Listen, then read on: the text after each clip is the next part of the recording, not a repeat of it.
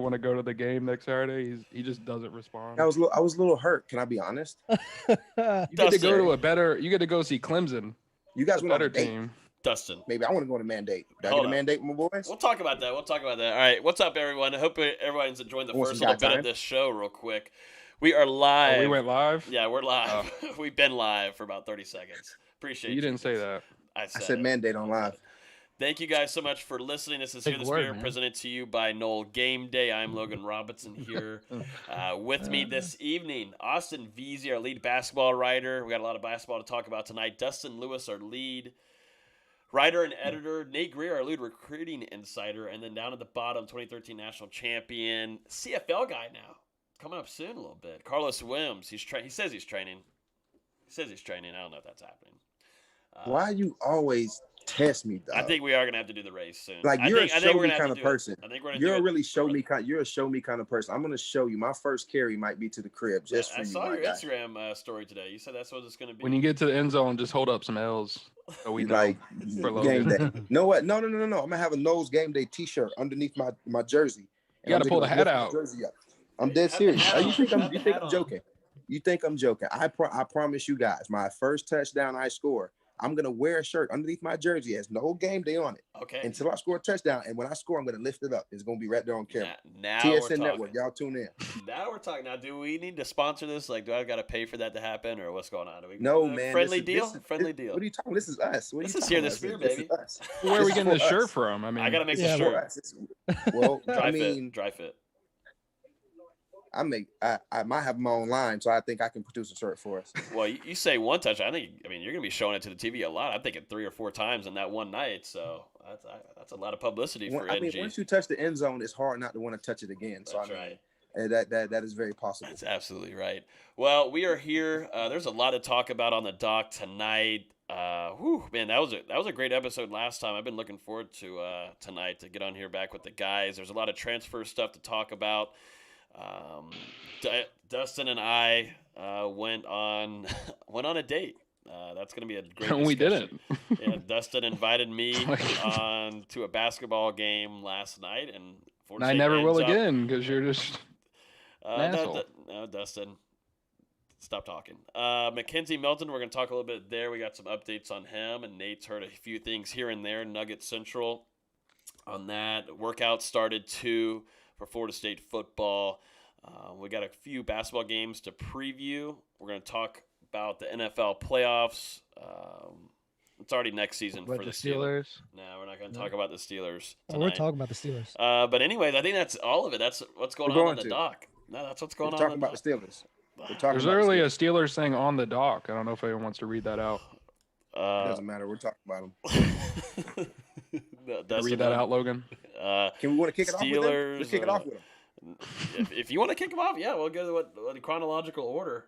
It was a very poor display of football. I mean, I think that's all that was. Cleveland was more prepared. End of discussion. Without a head coach. Yeah. And without a defensive coordinator. Real funny, huh? Anyways, on to the next game. No, I mean, y'all should have seen me when Pouncey, I swear, he's a Gator. I know I've loved him throughout his career, but when he literally threw the football over Big Ben, who's 6'5", 6'6". I mean, how do you do that, you idiot? And then, of course, they scored a touchdown. I guarantee you, I grabbed that bottle of Bacardi out of my car. I had enough beer, but that's when I grabbed the Bacardi. I mean, that was just stupid. I'm gonna start getting mad now, so I need to stop. But that was. Hey, that's why he retired. Don't worry. And then my dumbass thought, threw it, and we're scoring. We're like, oh, wait a second, what's going on here? I start making stupid tweets. I'm like, oh, wait, hold up now. My drunkenness starts coming to me like, oh my god, I think the Steelers might come back here, and the Browns might pull a Browns here, and I'm about to start tweeting people nonstop because you should have seen my phone that whole night. It was getting obliterated. We're talking obliterated text. Word messages from y'all, the Discord. I mean, my phone was dead. I got off of it, but I thought we were gonna come back there. My stupid brain, and then we had our last little strike to the neck. And y'all thought y'all were gonna come back. I'm a dumbass, and plus I drank, so I blame it on the alcohol more than my own. You had 28-0 in the first quarter. You guys weren't one dimensional offense. You were no dimensions on offense. Wow. You had no number one receiver, no Hey, number two, no Fenders, tight end, he got no run canceled game. tonight. He got canned today, so I had a celebratory day today. This has been a beautiful day. Randy's not a listen. Okay, I was there in Pittsburgh with Randy. Randy's not a bad coach. Randy is not a he's bad not a play bad coach. caller. Randy's stubborn. No shit. And you know what's funny is because Coach Ben, that's practically what he was, but Big Ben was calling most of these plays to stay in games this season. So I think it was time for them to I don't think they were on the same page. And that's something that Big Ben has always had with offensive coordinators. They're not on the same page a lot of times. But I really do think Big Ben, I don't know if that's his last game or not, but if it is, that really sucks on the way of going out, losing to the Browns at home when they don't even have their friggin' head coach there. So it is what it is. A week ago, you called him the GOAT. I mean, he is still the GOATest of the GOATs, so I'm on to 2021. He's coming back with a vengeance, so. And 4 picks. He coming back with the Phillip Rivers noodle arm. Yeah, noodle arm. That was a duck he threw. He didn't reach the end zone. The 50-yard line threw it to the 5? I was like, and when he threw it, I was like, oh, he finna launch it. He got a good step. I was like, whoa, when it came out. I was like, he got to retire right now. When he watches this on film, he's like, baby, I think it's game over for him. He's going to have to wrap it up. Let's jump into some transfer stuff here before everybody's like, wait, this is just NFL podcast. Well, we're going to get to the NFL playoffs here in the segment in a little bit, but I know everybody had to get on to me about the Steelers. I take it. I was screwed up. It sucks. South Carolina transfer safety, arguably the top safety in the transfer portal, Jamie Robinson. I promise you he's not related to me. I promise you. But he transferred and announced it on Sunday. He picks Florida State. This was talked about a lot for, about a week now, Nate and Dustin? This has been a good while of whenever he visited Tallahassee. It was like almost set and done for most fans, they were thinking. But Florida State loads up in a department where they probably would like to grab some depth, and he's most certainly going to get playing time this season.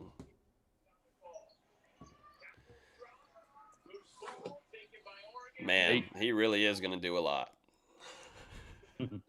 Are you looking for an opinion, or? I thought I'd just at least something. Just okay, I you mean, it off like that. You kind of got he wore number 7 in South Carolina. Give me I don't so know. I can dunk it.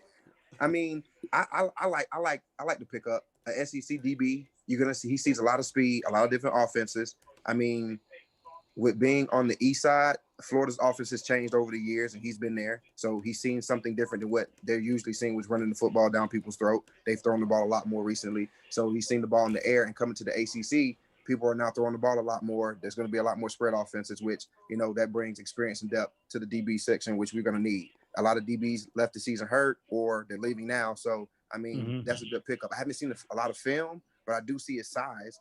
And then, like I said before, South Carolina's DBs are known for being hitters and being nasty and coming with a different attitude. So hopefully he brings that attitude into the locker room. I mean, I'm just looking forward to it. We'll let to see what the workouts and what spring does. And then, I mean, if you're a Florida State fan and not excited about the transfer portal and what we'll be able to do, and I mean, I don't know. I'm just excited for it. I'm excited to see what these kids are going to do coming up in the spring. For me, here's a guy who, like, I kind of compared him to Terrence Brooks last week.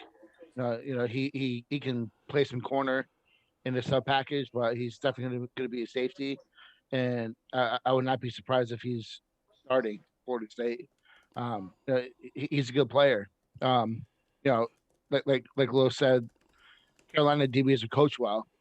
So he's going to come in, and it's quite clear that this staff was not really happy with that room as a whole. Bringing in, Brandon Moore, which we'll talk about here in a minute, but they've addressed that room quite significantly. So, I think it's a good pickup. Clearly needed, because Florida State was killed with injuries last year, and it's clear they don't have a lot of depth, or they don't know yet what they want to do at safety. So I think it's a great take. Right now, yeah, like you said, I think coming in, Jamie Robinson is probably your starting safety next year. I mean, he was a former SEC all freshman selection, so there's definitely some talent there, and he was even better this season as a sophomore. So I think he'll only continue to grow at Florida State. I'm excited to see what he does. Yeah, and that safety room right now, you look at Travis J, Renardo Green, Brendan Gann, you throw in Jamie Robinson, so your depth's there most certainly. And I'm interested to see where Florida State's defense is going to use Travis J this upcoming season. I think he can be utilized in different areas with just the talents that he has. I know Nate and I really like him. I'm talking about Travis J. I think his ceiling is as high as they want it to be honest.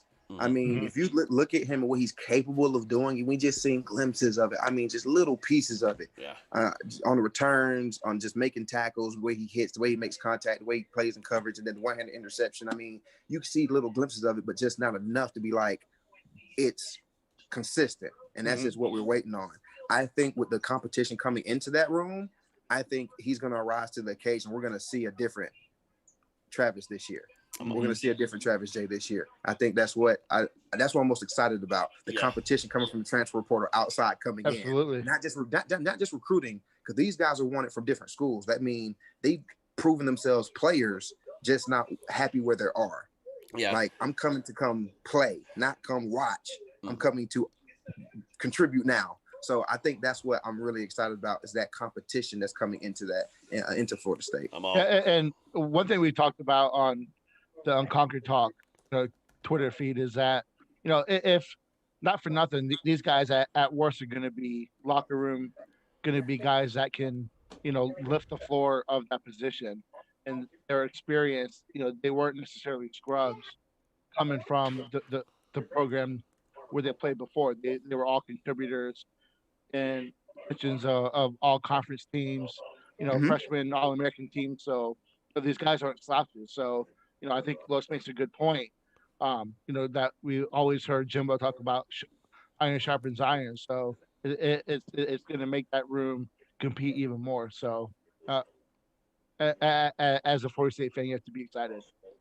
Another guy that comes from South Carolina too. Pair of these guys, Kier Thomas, defensive end. Norvell actually spoke on this. Kier Thomas committed the day before his former teammate Jamie Robinson did, and this is going to build that defensive end room that is very, very, very much needed. As we know earlier, we've talked about Jermaine Johnson, who transferred from Georgia, a stud who's going to be starting against Notre Dame right off the bat.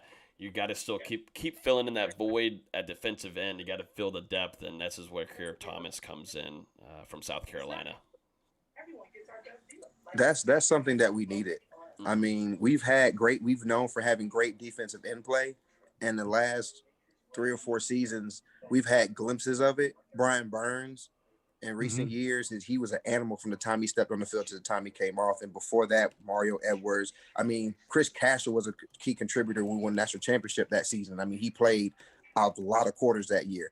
We just haven't had even that type of play at defensive end in a while. I mean, 13 and 11 played decent football this year. Was it consistent enough to our level of what we're used to seeing? No.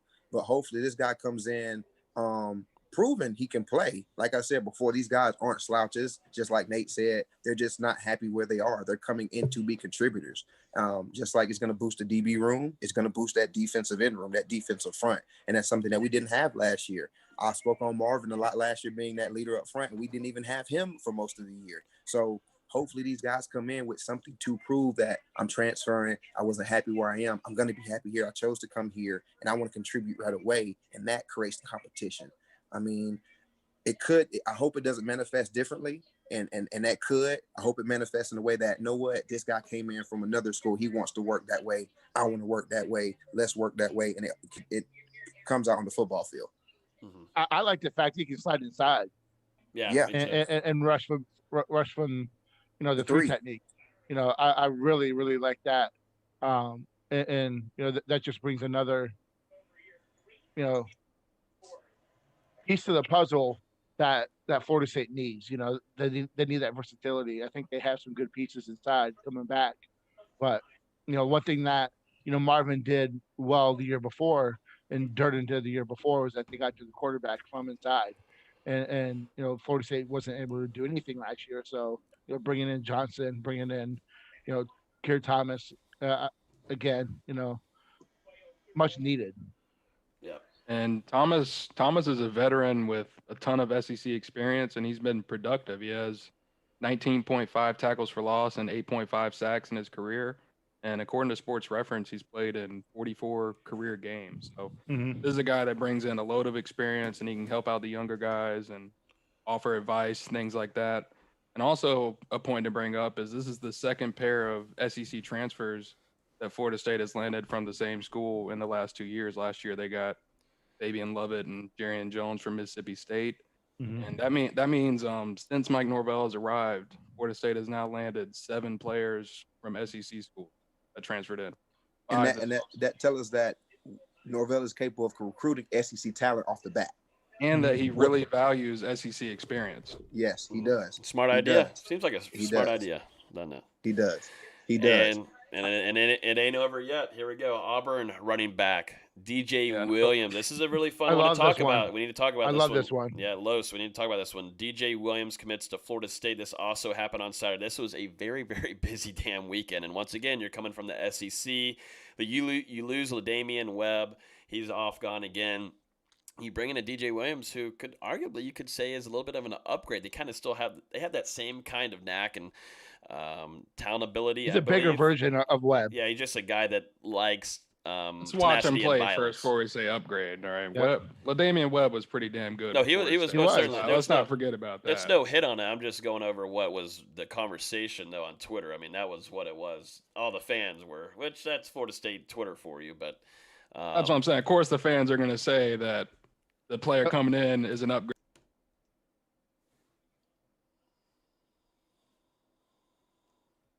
You can see the similarities on the running style, and you can see the intrigue of what this kid brings in.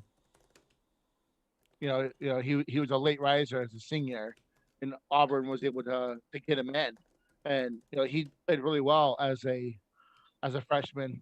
This year, played in spurts. Like he just got caught up in the rotation. Yep. They had a deep rotation. He had a huge game against national champion LSU as a freshman. 130 yards on like 13 carries. So he was dominant against the national. I saw some of the runs. I mean, he looks good. Yeah. I don't know if you saw that.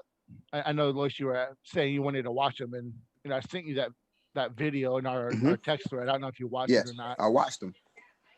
What do you think? I think he's coming to Florida State to finish. Yeah, he's not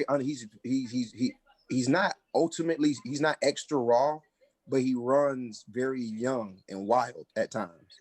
Like when I first started playing running back against Idaho, Coker, we ran a trap and I ran the wrong way because I knew the play, but I just was moving too fast.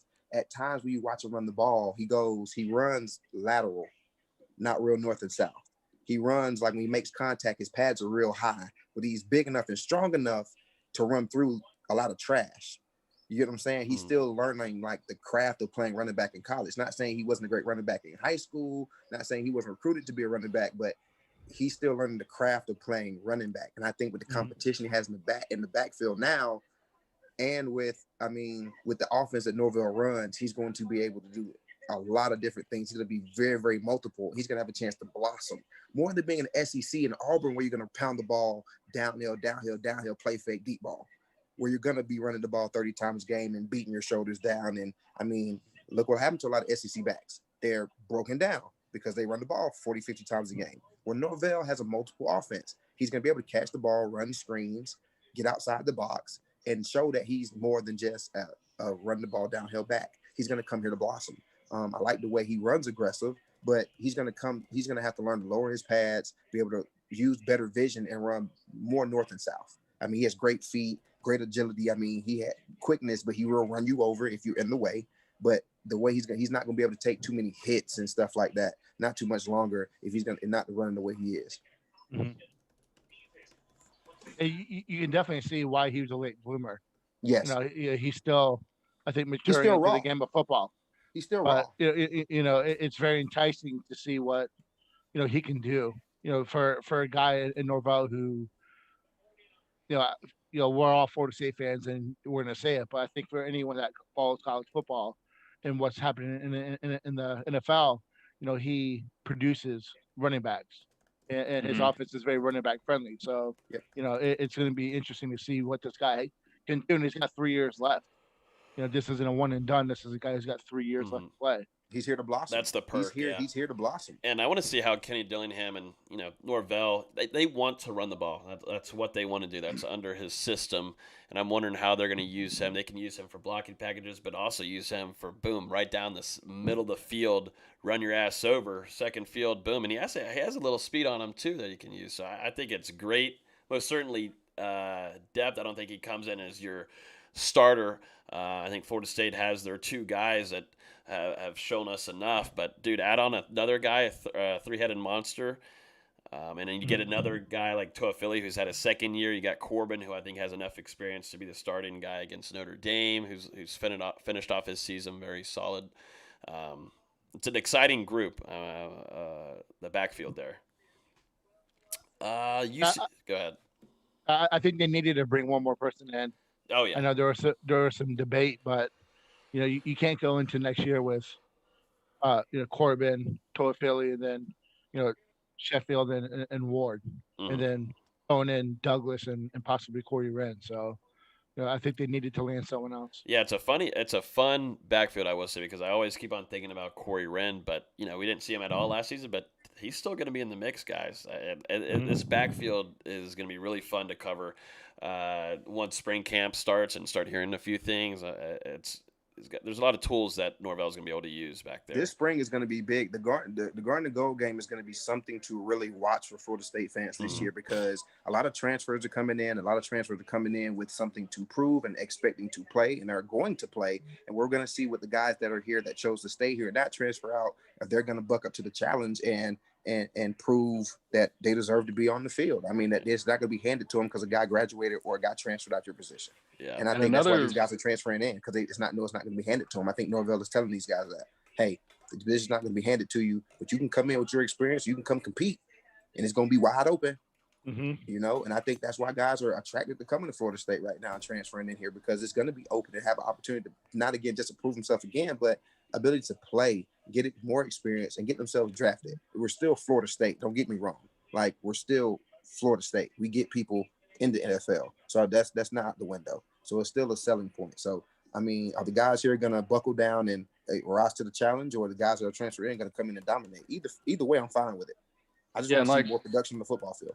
Like you said about spring practice and the spring game, it was huge for Florida State to get all 8 of the players that have transferred in so far enrolled for this spring semester, so that they can go through the off-season conditioning, they can go through the spring practices leading all the way up to the summer and things like that. So they're going to get all this work in the system, and that could all be the reps, all the reps. Maybe a transfer they land in the summer if they do get someone else. Up next, UCF, another UCF transfer, former McKenzie Milton teammate. Brandon Moore commits to the Noles. This happened on Monday most recently, and a lot of people are kind of questioning the move here. Do you need another DB? What's going on here? But to me, it raises a question to you guys. Do you think that the staff right now doesn't feel so great about their DB room or what they had before they came? You feel like they want to get They're their showing own it guys by the in there? moves. Hey, okay, Nate. What DBs are no longer on the team? Who do we lose? Woody, Lars Woodby, Woody transferred. Fagan. Cyrus Fagan. Cyrus Fagan left. That's it, really. But Nazruddin's gone. Yep. So that's Sante's 5. gone. I'm missing one more. Who is Sante's gone. Who are we missing? Missing one more. Honestly, Bolden, right? Bolden. With these other, but he's been gone with for the a other minute. DBs coming in. Travis.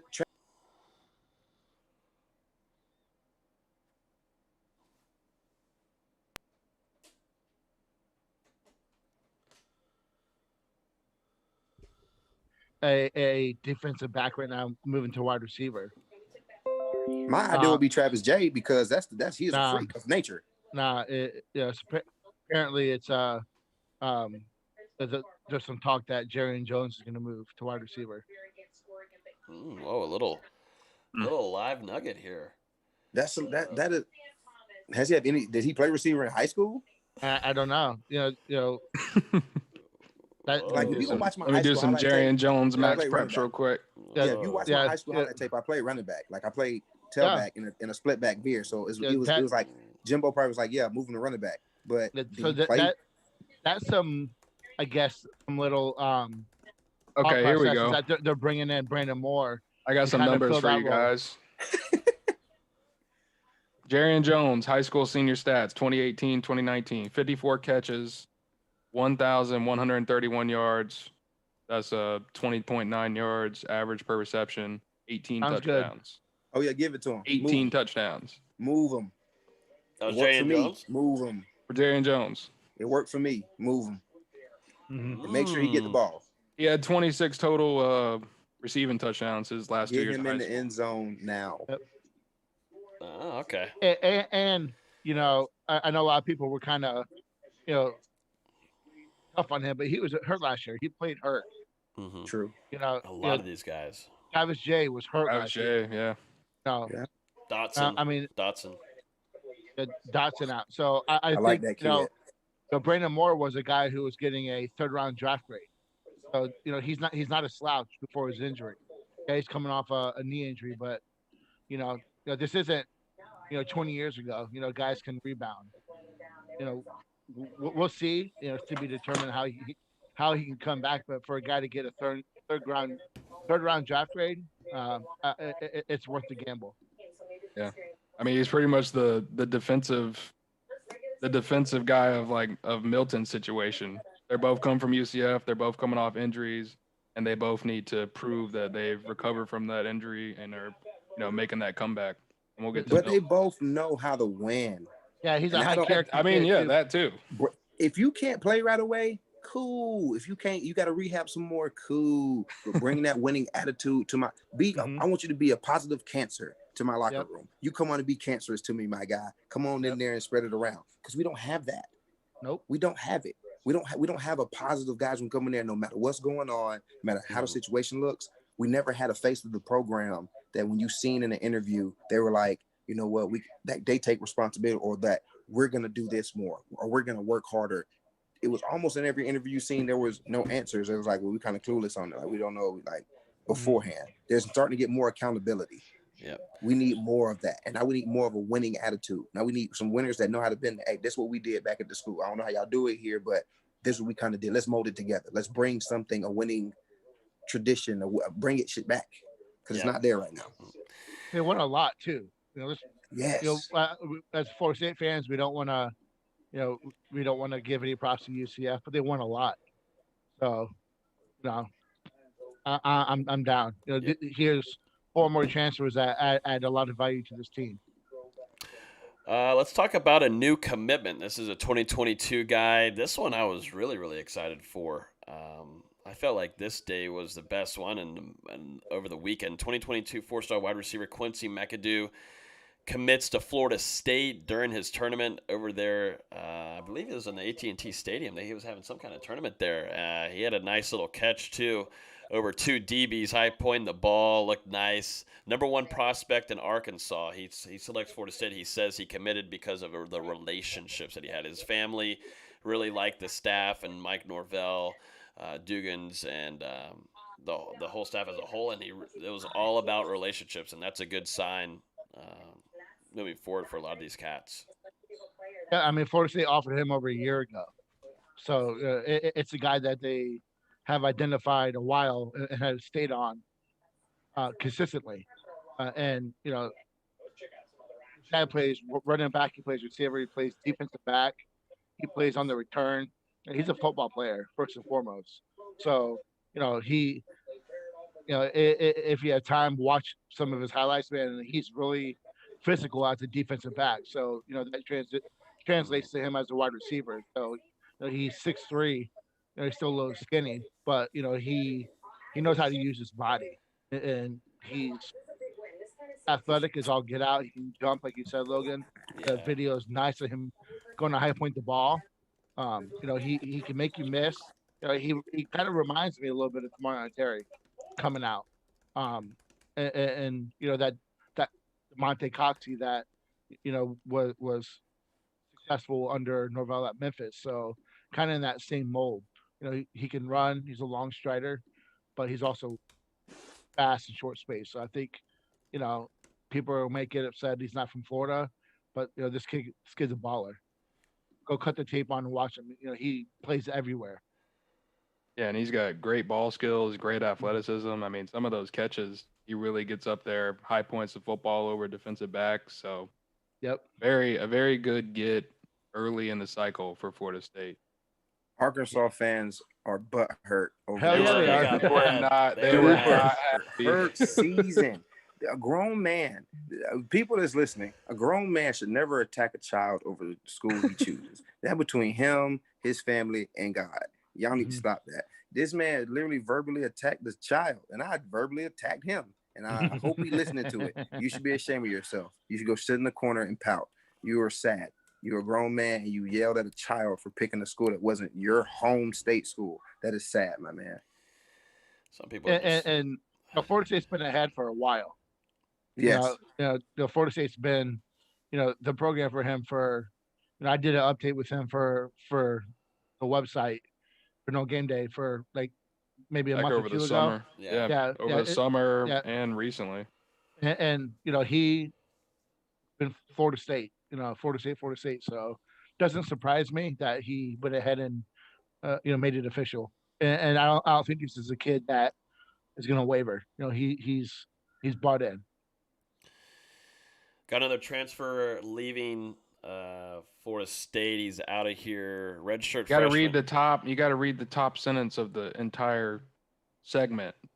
So it makes sense now. Thank you for that. Transfer portal giveth. Transfer portal taketh. Okay. I was kind of. I put that there for a reason. You wanted me to read that? Transfer portal giveth, transfer portal taketh. So here we go. Redshirt freshman linebacker Kevon Glenn. Nate, you broke this over here inside the Discord for our Patreon members on Monday. It becomes official on yesterday, but he has entered the transfer portal, and this isn't like a crazy shock to me. I feel like this is one of possible, maybe more, but this isn't a crazy shock. But you lose a guy. And I think we've talked about him before in this podcast, for someone that could not get on the field at a position that Florida State struggled mightily at this past year. It just kind of tells you, how the coaches see him and how he fits in this program moving forward. So, good luck to him. He's in no part was a bad seed or a bad apple. It's all about playing time. What was the stats like? He only had 5 tackles. Okay.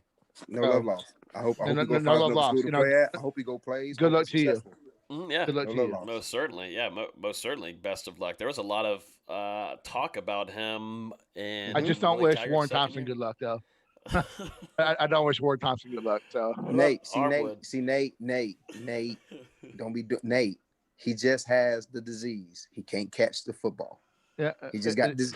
Hey, give him a jet sweep. Move him to DB. Let him go play safety. He just can't catch the football. He's like, it could be like Ehrman was, Ehrman Lane, he should have been a safety coming in. I mean, Ehrman was a good receiver. He was a great blocking receiver. Ehrman was a good receiver. Did you not see the game against Louisville? Ehrman was a good receiver. Right now, talking about Warren Thompson, my right eye is twitching. Nate, I practiced with him. My right eye is twitching. You know what happened to Ehrman? Ehrman had to compete with Bobo and Kermit and Travis. Was he better than them? Was he better than them? No, he wasn't faster than any one of them. I think what hurt Ehrman coming out, he should have. Ehrman wasn't a returner. He wasn't a returner. He should have never been the number 2 wide receiver. What I'm saying is, though, he wasn't a returner. So I mean, the opportunity for him to even show a glimpse of let me get on the field more than just playing receiver wasn't very prevalent. But he played a lot in 2014, though. So. Why are you muting your mic? Our new segment later tonight, guys. Why are you muting your mic, Los? Gonna let you guys tee off on each other. My baby girl just ran in the front room and said, "Daddy, I have to go pee." She's probably trying. So she's taking herself to the bathroom, but she likes to let me know before she goes. Yeah. So my wife is like, "Daddy's on the podcast." Oh, that's so sweet. Dustin, why are you shaking your head like that? I mean, that's going to be you in probably 2 years at the rate that you're at. He just embarrassed his daughter. If she ever watches this one day, she's gonna be like, "Why'd you say that?" You're at the mercy of Dad, man. I have no filter. You guys know that. She blocked the best part of the show there. I thought Nate and Los were gonna go at their arguments, but it kind of just died off. Oh no, I mean, Nate, you got it. Like I said, we'll save it for the new segment. Yeah, down here at the bottom. Let me ask you a question, Nate. Coming up. Coming soon. Coming soon. All right, let's talk about that's like the latest in the interior Florida State football. I just want to throw this in here. We'll throw McKenzie in here too.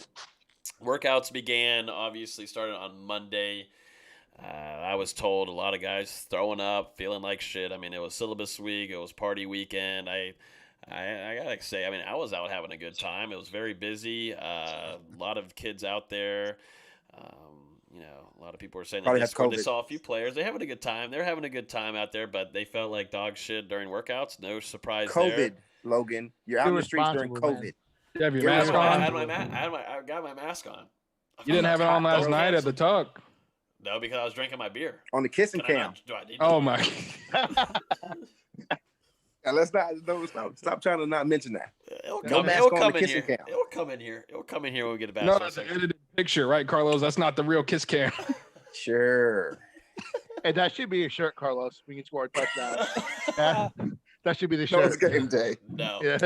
No, that's not how we're going to advertise No Game Day. That's not, if we're ever going to get on a professional broadcast of a sports team, that is not how I ever imagined that would be, and that's not how we're going to do it. Oh, that would be classic, though. Come on. Yeah, McKenzie Milton, they started workouts and everything. Nate, you were hearing a few things from some guys on the interior Florida State. They've enjoyed it. They love it. They like having him around. He's been working out individually with a lot of offensive players. And they're really impressed with his ability to get rid of the ball, throw the ball, everything that Florida State really hasn't had. They're really excited to see what's going to happen, with him moving forward. And I think that, again, here's a proven winner, a guy that, I hope that, he is at 90% or better, because I want to see him play in the spring.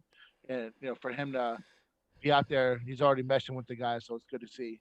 For me, early hearing that Akeem Dent was out there and, was really, here's a guy that was, supposedly, when we put that guy for being list out, at that time was already 1 foot out the door, but he was, so far he's been in there just pushing and busting his ass. So that's good to see, because at the end of the day, Florida State needs to keep that guy.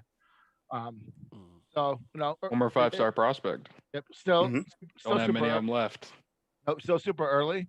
But I think there's some motivation, and these guys were throwing up, and I kind of expect that. I think Los could speak on that more. Is that I think the coaches, purposefully want to see these guys just get as fucked up as possible, responsibly, so or not. If you wasn't throwing up after workouts, Vic was like, you wasn't working. Like you half-assed through the whole workout. Like you wasn't going as hard as you could through the entire workout. You didn't do nothing. So, I mean, I like to hear that. I really, really, really, really do like to hear that. For McKenzie to be in there and to be working out individually, that is setting a tone. Like you're, hey, this is what I'm about. That's how I like to work. And you're giving people not to just see you in a group setting where you just rah around people. They get intimate moments, and not like you get one-on-one time with the guy. Yeah, you get to see who he really is. Bonds. You get to see him man to man. And like when you're a brother, like, dang, I see what he's about. I know what he stands for. We got this work in, and this is how he works. And now it's not just in a group where you can just be a rah guy in a big group. It's easy when everybody's around. But to see a guy one-on-one and really work with him and see him and watch his craft get better is different. And the fact he's taking the time to do that shows that he's been around a winning program. He knows what it takes to be a leader and to prove that he is a proven leader. I mean, you can come in and transfer and be a leader somewhere else and people not accept it.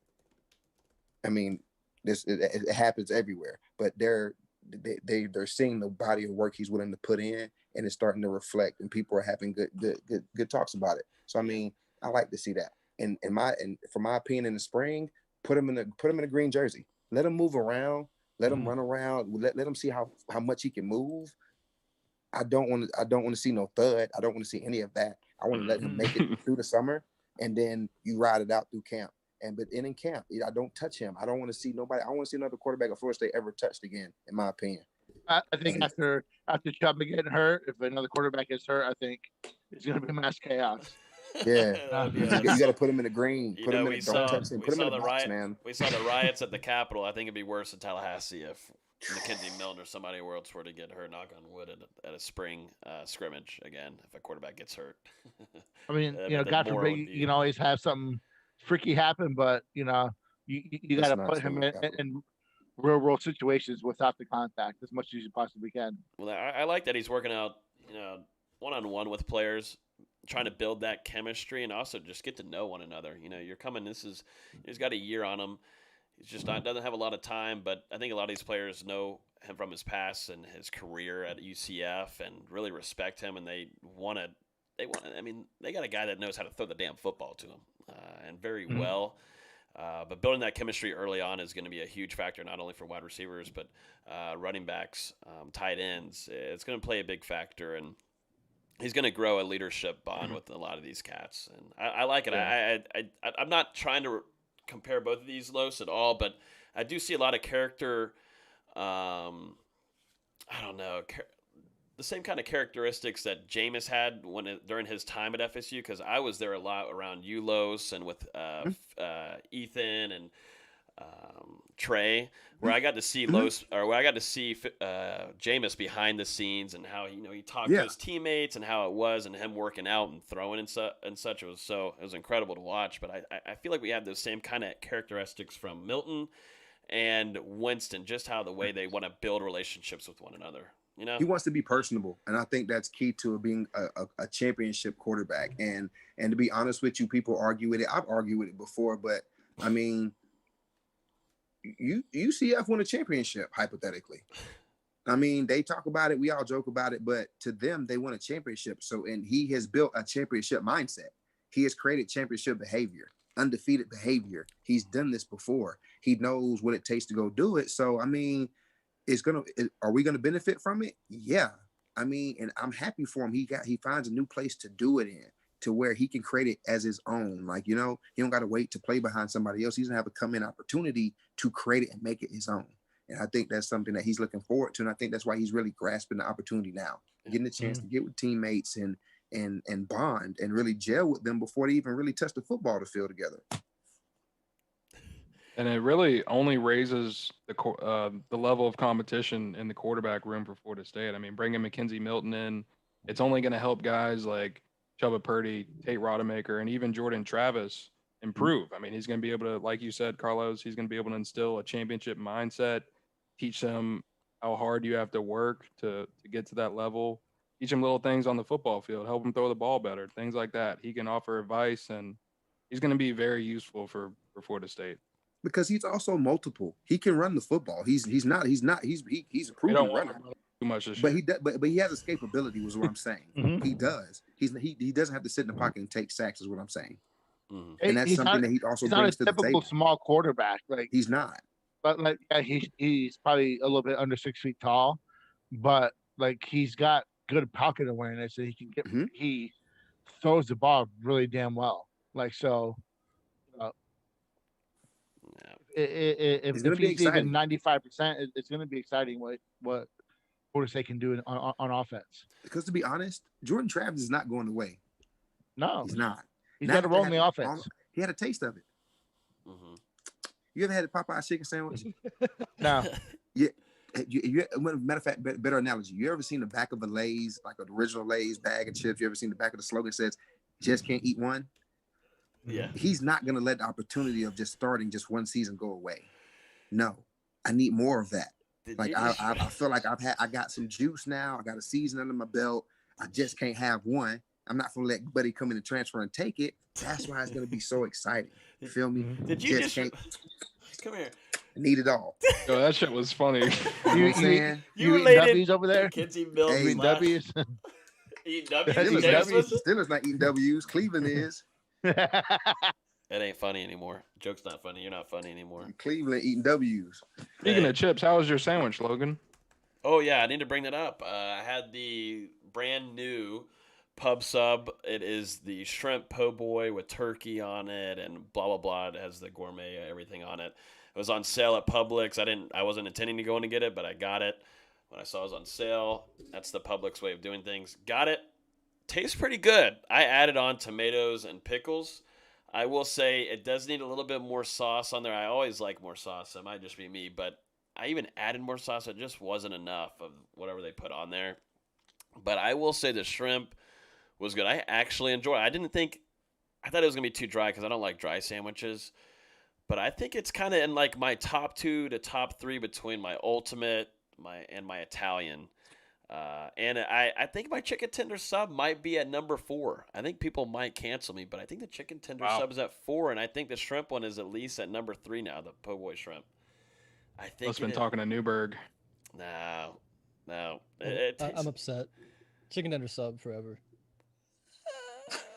I mean, the thing is, I'm not just gonna have a chicken tender sub and that's it. Like I gotta add at least. I gotta put lettuce on it, maybe. Yeah, For sure. Tomato, the Publix pickles. tender sub is a Hall of Famer. It fills you up, and which I love because I gotta eat a lot of food. But I thought the shrimp was nice. It surprised me. I thought at first I would not really be a fan of it, but it now secretly is kind of in between my 3 and 4 with the chicken tender sub. The ultimate's still Shrimp my and favorite. turkey just sounds a little weird together. I don't know. It sounds weird. I didn't even notice it until she was putting it on there. I was like, oh, screw it. Oh, well, I like meat. I mean, not, I like meat, like meat. deli Right, meat. I bro. like deli meat. I like deli meat. Yeah. Yeah. Yeah. You're 2 for like 2, that. my guy. That kiss cam, man. Led to something apparently. Here's something. We'll get I'm to getting that. off, We'll get to that. But yeah, the pub sub, try it out. I would say at least try it out. Some people might like it. Some people don't. I've had a few people saying that they didn't taste. Someone just tweeted me and said, had this for the first time today, and whoa, what the drooling down their face thing. I wasn't really drooling down my face while I was eating it, but it was good. or not, It surprised me. It was good. You it was me, good. You It give me wasn't hot and terrible. cold vibes. You give me good vibes and bad vibes. Was the sandwich good or not? I'm like feeling like I feel like I need to have it again though. I feel like maybe I was just starving. See, and no, I'm not going to get it again. yet. No, Nope. it's good. It's good. I'm telling you. We'll see how long it lasts at the It's not worth store. the buy. You've been talking about it too much. Hey, Los. And going back to the guys working out and throwing up and stuff. Dude, they went and had workouts. I felt like I also needed to throw up when I woke up the next morning. I didn't do anything all day long, Los, and I felt like I needed to throw up. So, I feel like I'm in the same boat as players working out, going through Coach Storm's, Going out, you workouts. possibly have COVID, bro.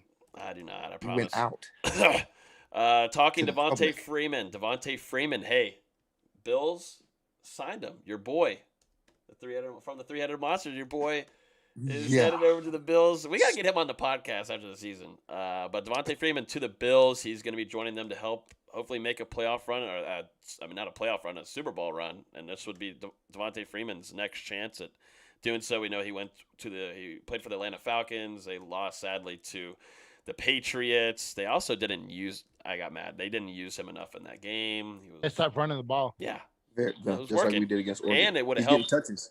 Yeah, it would have helped He's run out the getting touches. clock. That's a whole other conversation for another day. But he's on another Super Bowl run. But he's heading to your Bills, Carlos. He's getting touches, man. I mean, with Moss going down with that ankle, I mean, he was productive. He was getting touches, and they had a 2-headed monster, and that's something that the NFL needs nowadays. Unless you have a Derrick Henry who's going to be 6'3", 6'4", and 240, and going to get 30 touches a game, you need a two backs to run your system these days. Cleveland has a 2-headed monster. I mean, Pittsburgh had one for a while. I mean, you're going to need that, and right now, I mean, they got it. I mean, they got it. He's hit They that got it. journey. He's hit that journeyman phase of his career now, though. Yeah. I mean, he's a veteran. I mean, I can't compare him like to Frank Gore because he's not as old, but he brings that veteran that vibe Yeah. to the locker room. Like, if you ever been around Vontae, he's calm, cool, collected, laid back. He goes with the flow. He doesn't matter how many times he touches it. He just knows when he touches the ball, he's going to be effective. He's going to produce. And that's something that they have in that locker room, is that the productivity is not going to go down now that Moss is not in the lineup. Singletary obviously is going to be the starter, and he's going to touch the ball and he's going to make plays. But now they have a back they can throw in there on third down because he's a pass catcher. He's multiple. He's an every down back, and he has experience in the playoffs, going deep in the playoffs and playing in the Super Bowl, going through media, talking to the media, and dealing with the fans and all the pressure, quote unquote pressure that it is playing in the playoffs. He's been there before, and I mean, he brings value to the locker room. He's a veteran. He's a good character guy as well. I mean, he's everywhere he's gone, he's never had any left a bad taste in anybody's mouth. So I mean, you bringing a quality guy into your locker room that's going to put product on the football field.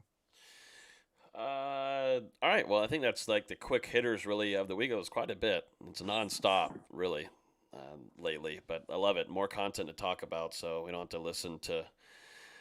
And before we move to basketball, I just need to again say that Travis Hunter is the best player in the 2022 class. Yeah. Then he talked to Clemson and said, "Screw off." Said thank you, but no thanks. That's a polite way of doing it. Yeah, that's more of a polite way. Yeah. Yeah, no. I mean, it seems like they're gonna stick him. I mean, he's gonna stick with Florida State, but I mean, that's nasty. You think wide receiver? I mean, what's going on? I think he's a corner. But man, I mean, he's nasty at wide receiver. He's a damn good player. Period. I think you let him decide where he wants to play when he gets to college. But yeah. I think his ceiling is that corner. Yeah, we need to have just a segment talking about him next week or something. I mean, he's so damn good, dude. Yeah, it's disgusting. It's nasty. He's so good. Best player that Florida State's gotten since Durham. I love it. I love every bit of it. Little bit about it, every bit about it. I can't even speak right. Let me ask you a question, Nate. This is going to be a new segment that we're introducing next week. I mean, Carlos still has something to ask Nate. Next week. Yeah, we're starting now, man. We're starting now, but what I'm trying to say is that we're introducing it for fans and listeners and followers to actually send in questions, so then Carlos can use them to ask Nate, so then we can get a little bit more interaction. I mean, Carlos has a question tonight in play. We weren't ready for this, really, for the segment, but we thought it'd be a good idea. I think it's a good idea. Yeah. Rose came up with it. He was ready. Let me ask you a question. Yeah. So, Nate, let me ask you a question.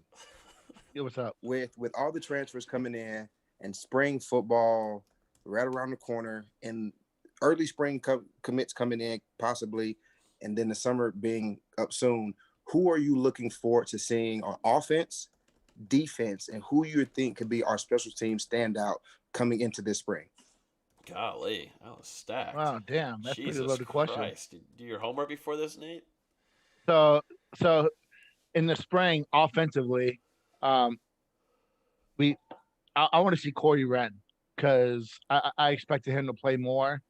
For me, break him down. Who is Corey Wren for somebody for y'all who don't know?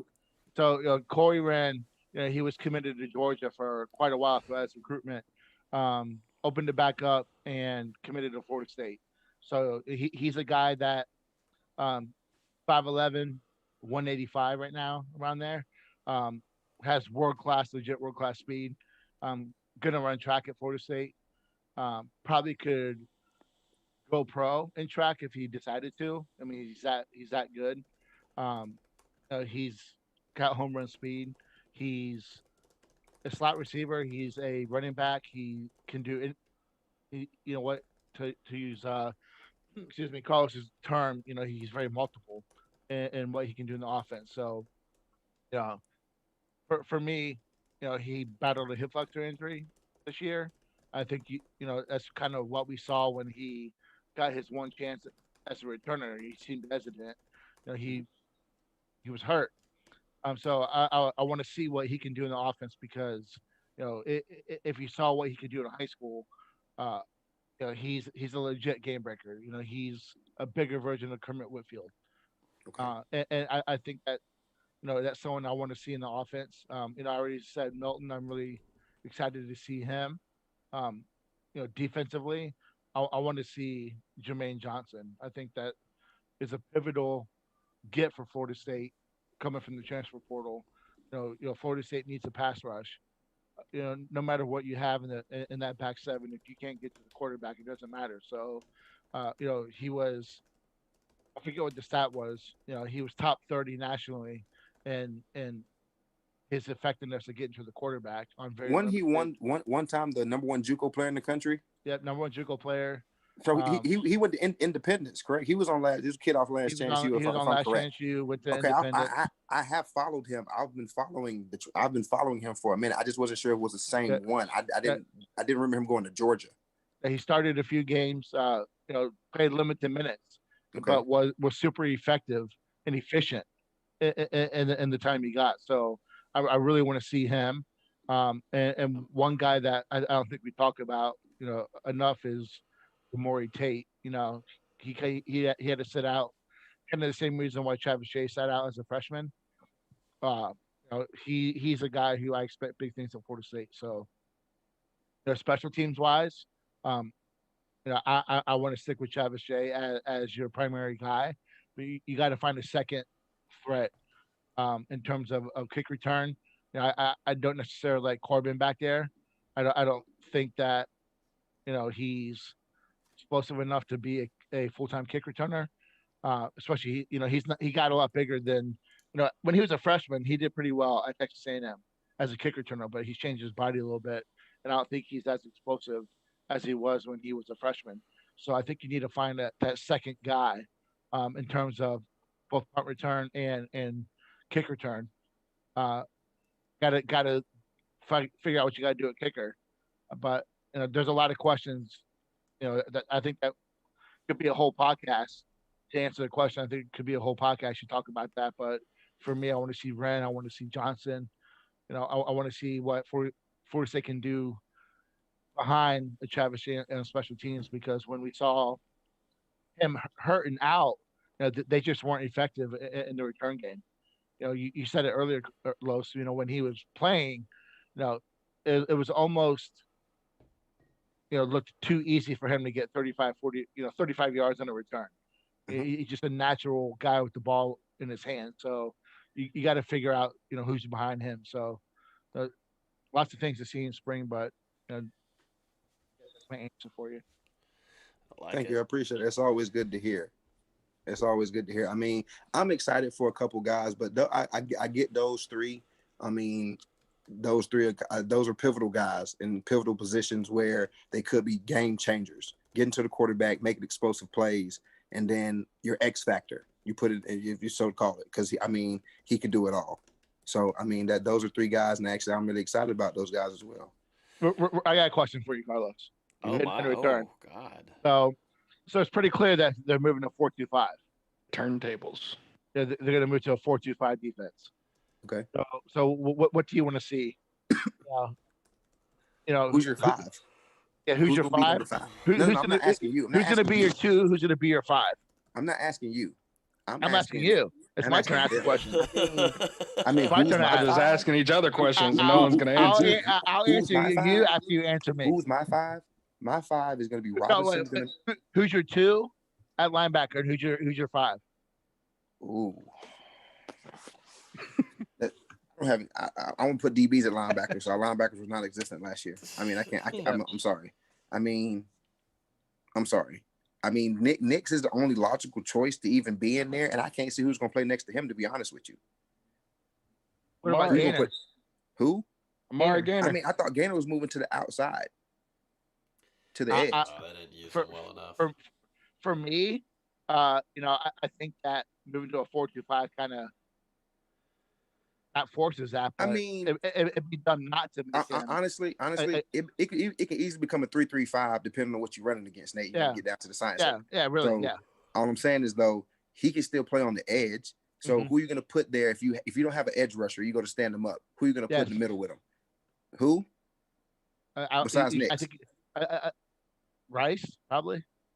Rice. Well, Rice has you know what? I keep forgetting that the transfer, like with all this year, these people the kids have another year. Yeah. So Nix and Rice, I see them two standing down in the middle. On the outside, the DB room's up for a toss. Hell yeah, it is, and it needs corners really primarily. Who your starting safety? I got Robinson coming in as a starter in the transfer. I got Robinson and Jay. I'd rather put Jay in a nickel close to the line. I'd rather him be the 5. Mm-hmm. I'd rather him play whatever that star is. Or Gant. I don't know. I think that you look at either Gant or Sidney Williamson as your second starter. If you use Travis Jay as that number 5 nickel, whatever you want to say, close to the box, the guy who can move around. Yeah. I mean, can you imagine having both Jay and you got Jay and Gaynor that can run east to west, thinking that maybe Adam Fuller will use Gaynor maybe in the right packages, maybe that. I mean, that might be thinking too hard there, wishing for better things. We're laughing right now because Los has been calling Steven Dix Jr. Steven Dix. You know what? You said enough gay stuff tonight, bro. I kind of don't want to just keep saying it. Like, you 2 for 2. I don't want to join the club. That's why I didn't want to be the one to correct you to say Dix instead of Dix. I think this is an interesting conversation. So, I've yet to say it. So, you think that Jay should be, the closer to the line? I think playmakers need to be closer to the ball. Yeah. So he's who's your going to make second tackles. safety? My second safety? Who do we have back there? So you got Sidney Williams. You got Renardo Green. I think he's coming off injury. Yep. I think Renardo would be the guy, the favorite to start opposite Jamie Robinson.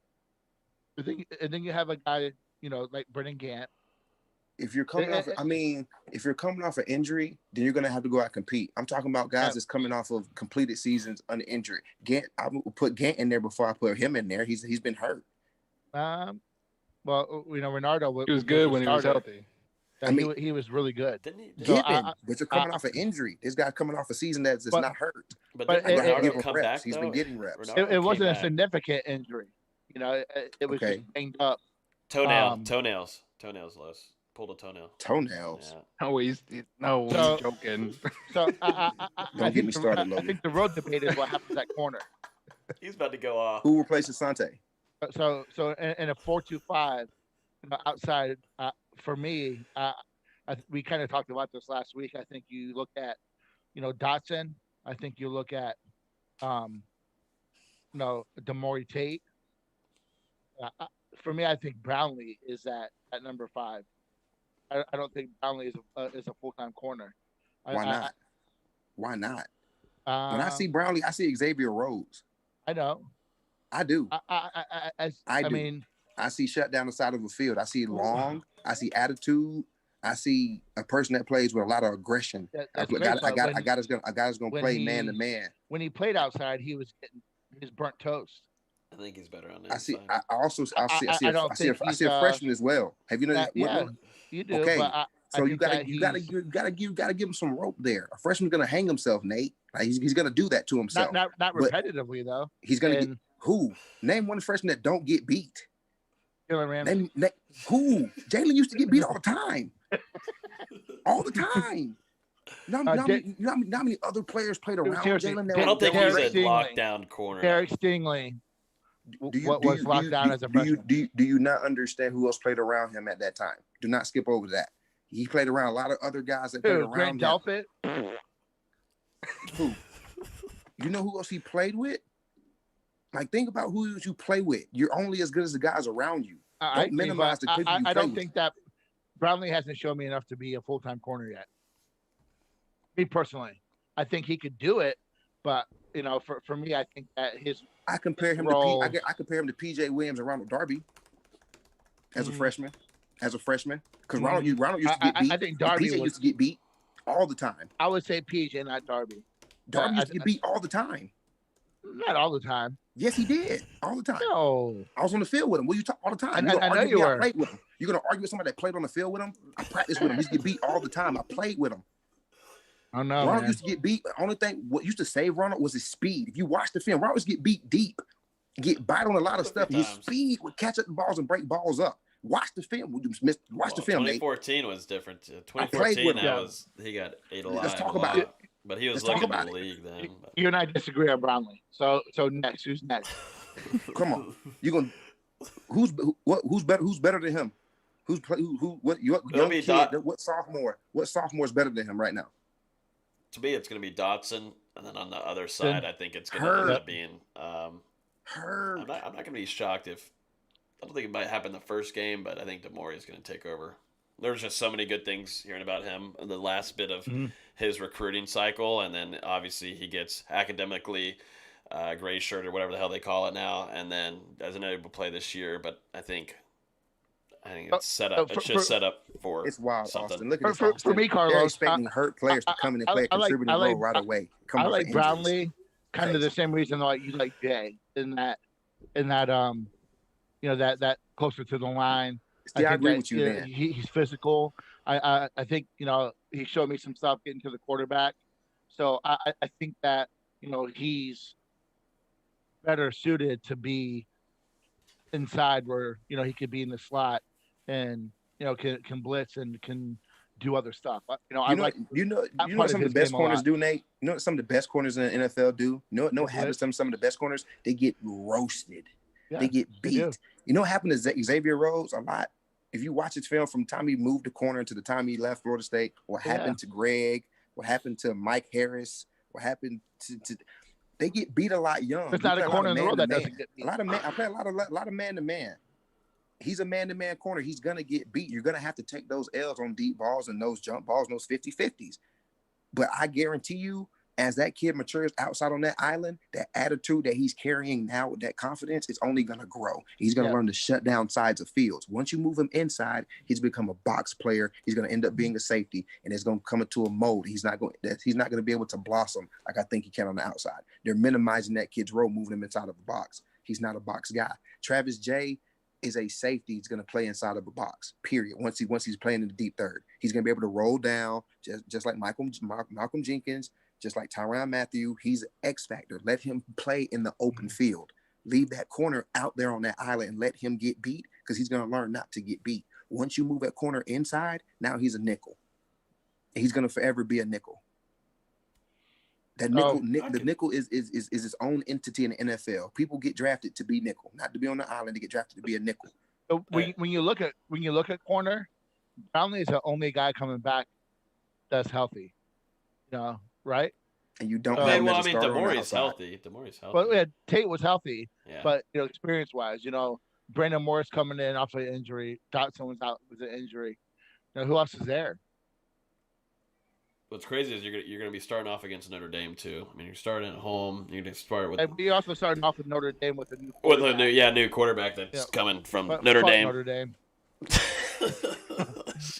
Notre Dame. I was just gonna say, I agree with you, though, Nate. Like Travis J in that slot is ideal because of his athleticism and what he brings to the tackle game inside the box. Brownlee, I mean, I don't think he fits that mold. I just don't think he's gonna. I think he's gonna limit himself. I don't think he's gonna be a banger like that. Mm-hmm. He likes the open space of the field. I don't think he likes that narrowness. I think Travis J has the attitude to stick his nose in there more often. And I think by watching them, that's what they've brought to the game. I do think that guys like Amari Cooper and Hunter Washington are going to have to kind of play by, like a depth. I think you're going to see them play. It would have been great to get them on campus early and get them in the spring. But, yeah. Let's all remember Clemson really tried to flip Hunter Washington that last week, leading up to signing day. So, yeah. There's quite a bit of people watching on YouTube right now and commenting. If you're on YouTube, I think eventually we're going to try to grow our YouTube a little bit more, so we'll be answering questions live from you guys, also in our Discord too. But if you're watching from YouTube, smack that subscribe button so then you actually get notified every time we go live, and then whenever these videos get uploaded, you guys can go back and watch it. We're really trying to grow the YouTube, but we have a lot of people over here watching right now, so hit that subscribe button down below. But I wrote myself a note, Los, to go back and look at Brownlee. So go check him out. What is this? Go check him out. Go check him out. He has the attitude to be an outside. I love his corner. attitude. I love it. He got it to be an outside corner. He reminds me a lot of. Not many guys on this team have that. He got it to be an outside corner. I feel like once you put him in that box, he don't got the attitude to stick his nose in there like that. The cover guys and shut down the field, yeah, but to stick his nose in there in that paint, I don't think he got that. That's different. I think Travis J got that. I think we got a good conversation on our hands that we need to go. We're going to do this all off season. We got a long way. We got a long off season to go, but I think a good conversation going literally probably just position by position is on the horizon, most certainly. Let's jump through basketball. Man, what a game last night. Florida State absolutely obliterates NC State. It was nice going. I'm glad Dustin invited me. Still think he's. I'm done talking with you about that, bro. I just said I'm just glad that you invited me to the game, and I mean I got to sit there.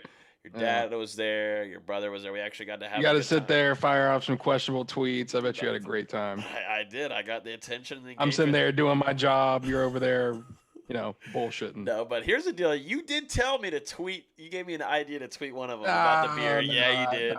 Yeah, you did. No, I didn't. Yes, you did. We got to get an end.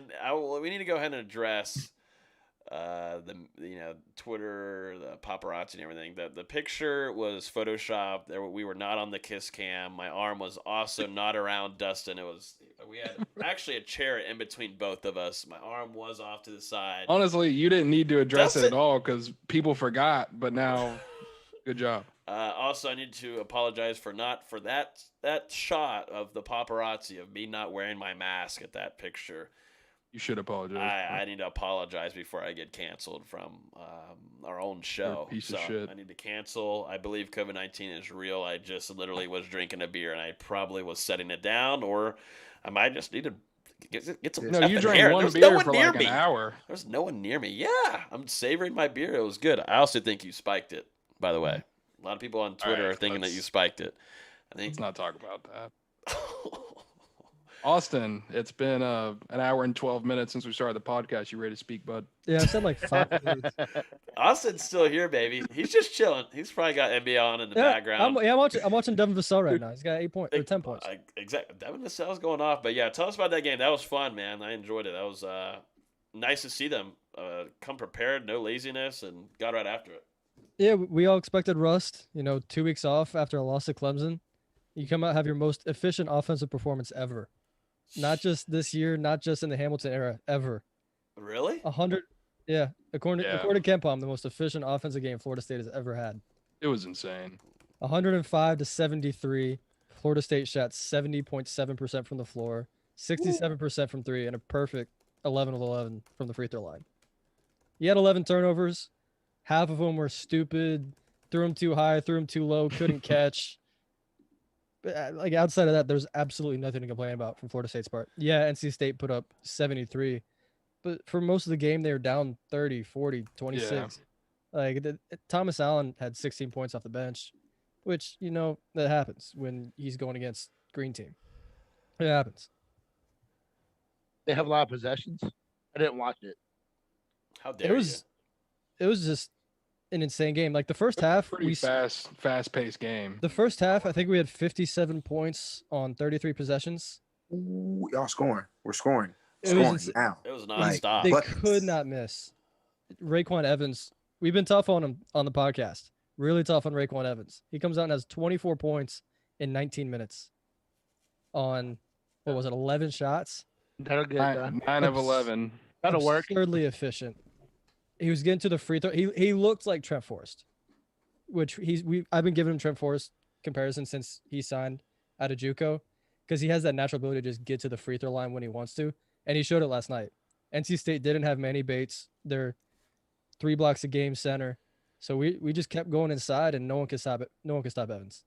Yeah, and I mean, you could tell he was feeling it from the start of the game. I mean, he hit the 3 on the first possession, and then never really looked back. I mean, I always give Raekwon Evans a hard time. Last night, it made it all worth it. Seeing him ball like that. Yeah, and we saw it the first half of Clemson when he had 9 points, and then the second half he didn't do anything. This game he just comes out and just completely obliterates everybody. Yeah, and he set his career high. He got into double figures for the first time in his college career, a couple weeks ago as well. So to see him just continue to blossom like this, I expect him to be playing even better by the time we're at the end of conference play. If he's giving us, consistent 7 to 10 points a game, give us a couple assists, give us a couple rebounds, give us a steal or two, that's exactly what Florida State needs. They need that consistent ball handler that we just haven't had this season.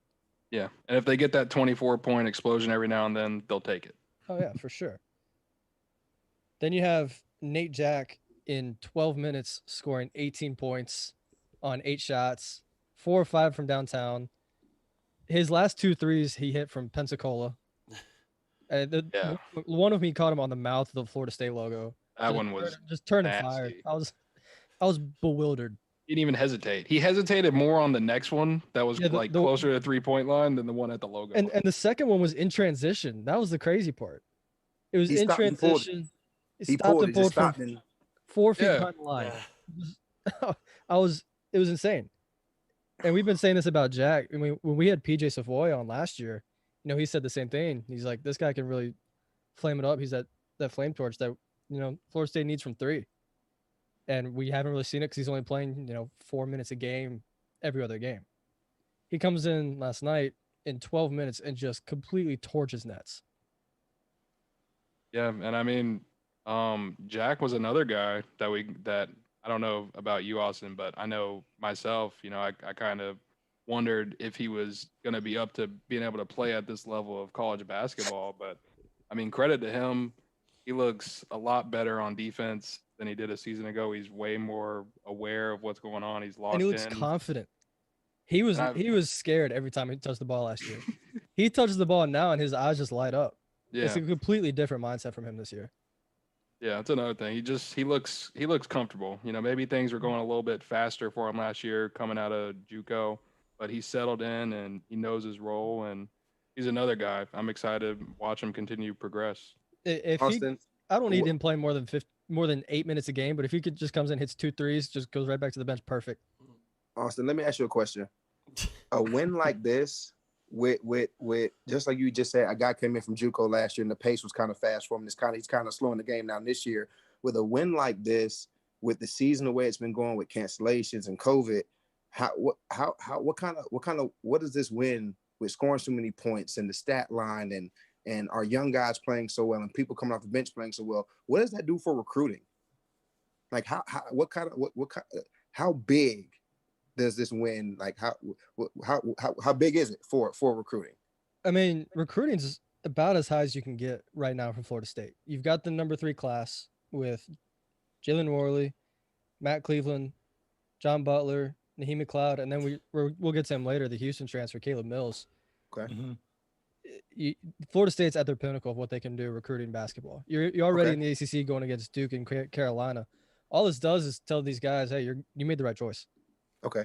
And these 2022 guys, because 2021 is basically done. You got one more slot. Is you think it's something to look forward to when we're playing games like this? Is it something that these guys are coming into Florida State like, man, like, you know, Norvell's recruiting a certain way to get SEC talent.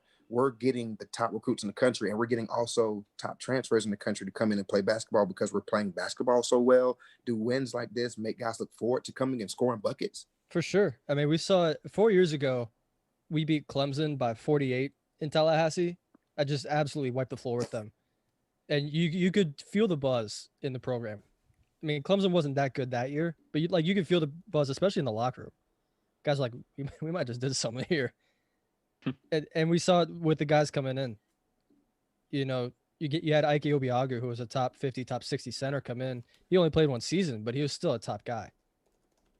And then next year, you only had 1 open slot. You wouldn't have found a diamond in the rough in Devin Vassell, who's now playing minutes with the San Antonio Spurs just 3 years later. Like, what do you think that's like for the program to see it change? Like, you know, we've been a decent basketball program in this conference. We've competed with the best of the best in the conference. But now Coach Ham is to a point where he is. Last year we won an ACC championship. We were the champions. We were picked to win the whole thing. Going again this year, I'm sitting there watching Gonzaga play Pepperdine. They're ranked number 1. I feel like we can compete with them. Like, where do you really see Florida State program right now? Where are we amongst basketball? Are we top 5, top 10 in the country respectively? I would say top 15 to top 20. Like, as we said, like if the tournament started today, Mike, you might get a Sweet 16, just because there's still a lot of stuff you got to figure out. There's still a lot of chemistry that's got to be built on court. Off court, I think they're fine. It's just on court, you got to figure out rotations, got to figure out what guys are best at. I think there's still a couple scheme things they got to figure out. But like we saw last year, you know, we weren't saying in January, oh, this is a national championship team. By the time they hit March, we're like, this is the best team we've ever had. And I think that's a credit to the staff and to the players that developed throughout the season, that by the time we get to March, you can say this is a damn good team. And I think it's gonna be the same way this year. That's awesome. Tell us a little bit about the new transfer too. Yeah, Caleb Mills out of Houston was in a very, very good pickup. Plucked right out from NC State's nose. NC State really thought they had him. He's from Asheville kid. Said he wanted to play close to home. Everyone's like, yeah, he's going NC State. Then all of a sudden, commits to Florida State. NC State fans are mad. Houston fans are mad. And he's eligible, right? He's eligible to practice, and then he'll play right away next year. Okay. Which, he's someone this team needs. Good ball handler. Shoots the absolute lights out the ball. Shot 40% from 3 last year as a freshman. He was second team all conference at Houston last year as a freshman. Was named preseason all conference or preseason player of the year this year. Mm-hmm. Really talented kid that, next year you kind of have those same concerns of what are they going to do ball handling? Or is Raekwon Evans coming back? They're still not sure there. Jalen Worley's a good combo guard, but then outside of that, who's your point guard?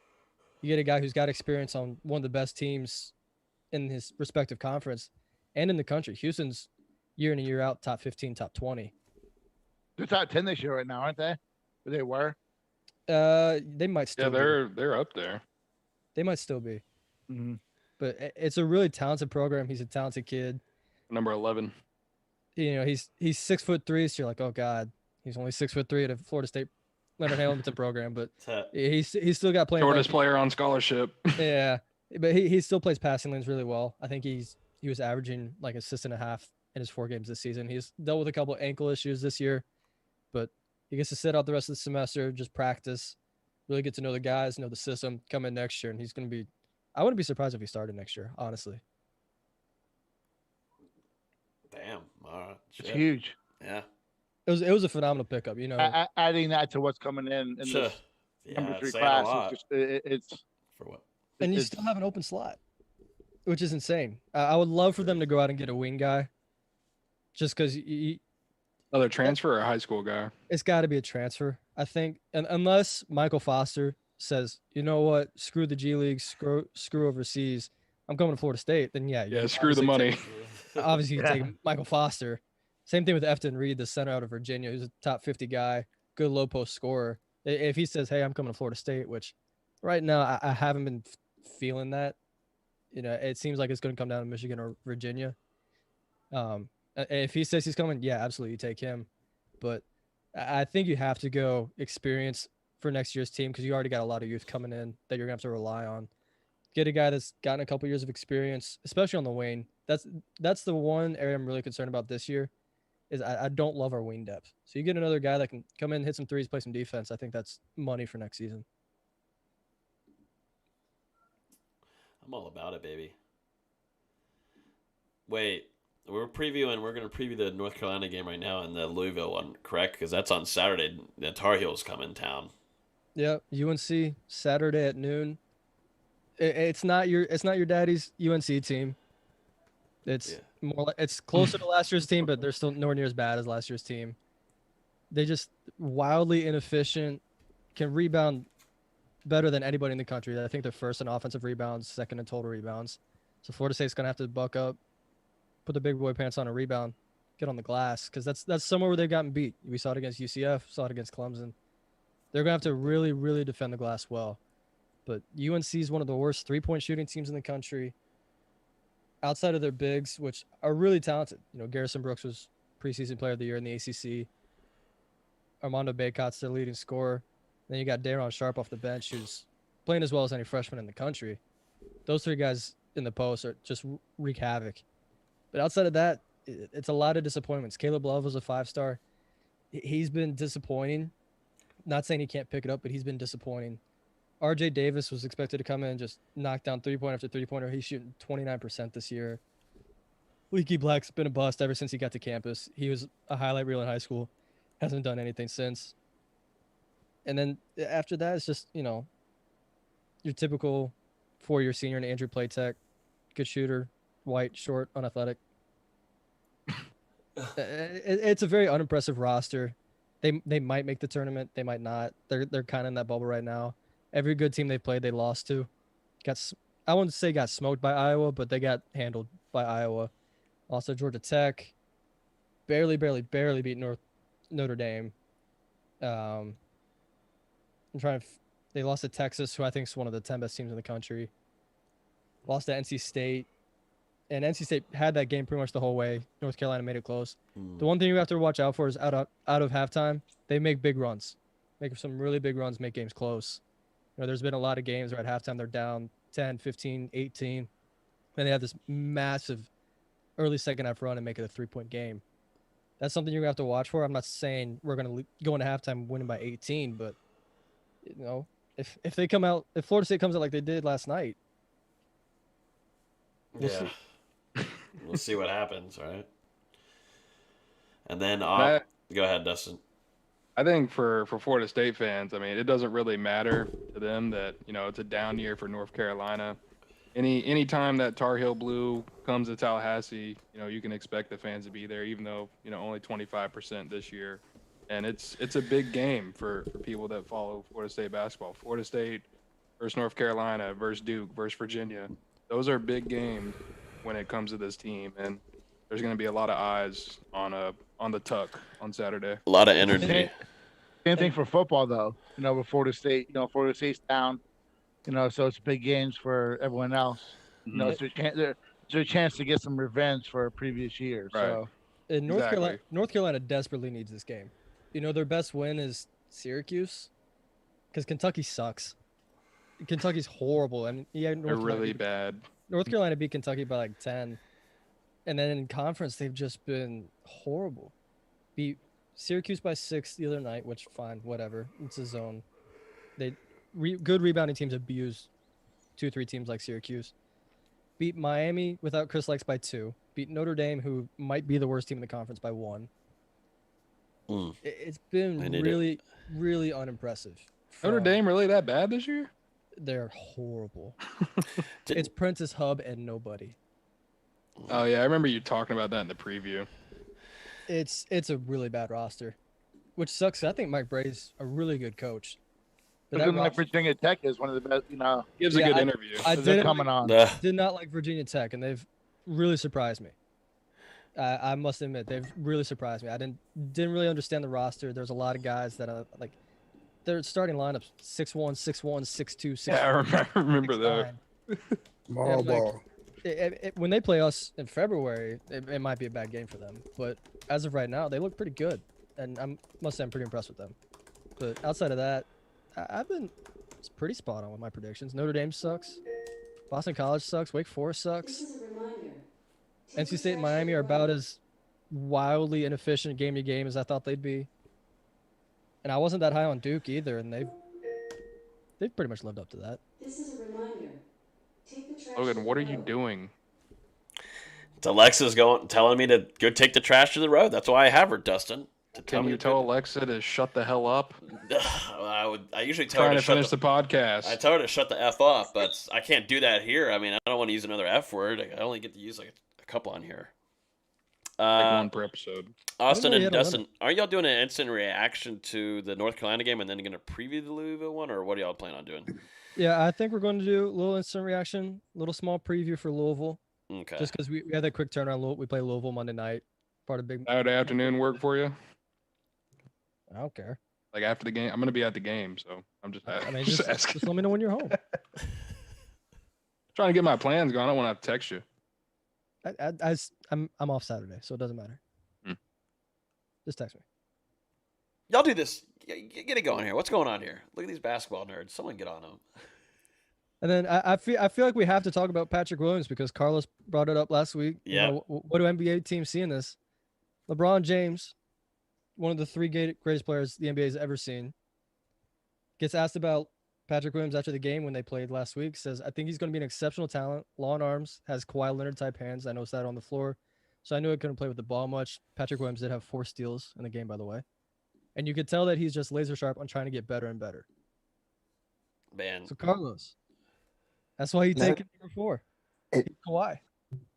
And that's all you can ask for, because I asked last week, him not being a starter. And I don't know a lot about college basketball and rosters and stuff like that, and even about recruiting, because it's all weird. Because growing up where I'm from, people play on travel teams, AAU teams, and not many people play at their high school and get recruited, especially in Polk County. where I'm from. So I just had to ask, though, this kid not being a starter on a Florida State roster who was supposed to be, one of the best teams in the country last year, how does he get drafted in the top 5 picks? How does that happen? So, and then how does he go to be an instant starter? He proved it on the court. Obviously, LeBron James was asked about you in an interview, and you did not only speak not just about his play, you spoke about his work ethic, how you've been watching him, like you know who he is. Yeah. Like the night he was drafted, you knew who he was. He wasn't just some random. Yeah, like he was on your knew. scouting report. Like this kid is on your scouting report. And then he ended the the interview by just saying Chicago got themselves a good one. Yeah. He played, I think Williams played like 27, 28 minutes. He was guarding LeBron on every single possession. LeBron hit some tough shots. Hit some really tough shots. Like even down the stretch, there was that one where he spun in the lane, gave Pat the elbow in the stomach. Yeah. Pat still blocked the ball, but James was able to get it back and finish. But he competed, and that's all you can ask for from a 20-year-old, 19-year-old going against LeBron, and his 10th game ever. The greatest, yeah. That's all. And then next time out against the Clippers, he goes for 17. Like that he's only going to get better. And I know Chicago fans are actually excited now. Yeah, no, they've been woken up, and How you feel about Brooklyn, Austin? Oh my God, I can't wait to be a fly on that locker room wall. Good or bad?